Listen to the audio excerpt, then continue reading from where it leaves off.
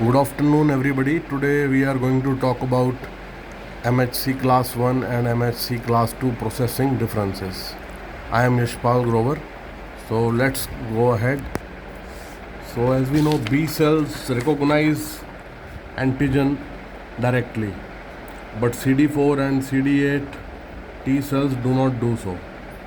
तो जो B cells है वो एंटीजन को डायरेक्टली आइडेंटिफाई करता है, लेकिन CD4, 8 और CD8 टी सेल्स इनको इन्फेक्शन को या इन्फेक्टेड सेल को किल करने के लिए इनको एंटीजन को, जो कि हमारे APC सेल हैं in case of MHC2 sales, और जो हमारे नॉर्मल न्यूक्लिएटेड सेल्स हैं उनके ऊपर जो MHC2 है और MHC1 प्रेजेंट होते हैं, to the CD4 plus T cells and to CD8 T cells. और तो ये CD8 टी सेल्स और CD4 sales T cells prime होते हैं and then they kill the infected sales.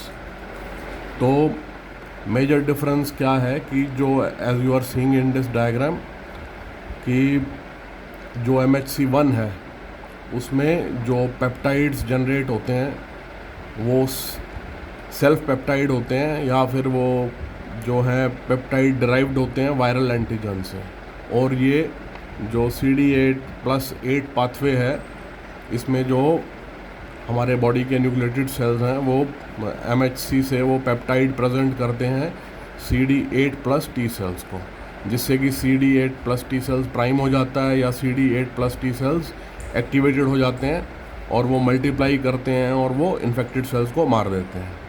लेकिन जो MHC क्लास 2 प्रोटीन्स हैं, actually they present the peptide which are generated through lysosomal and endosomal system.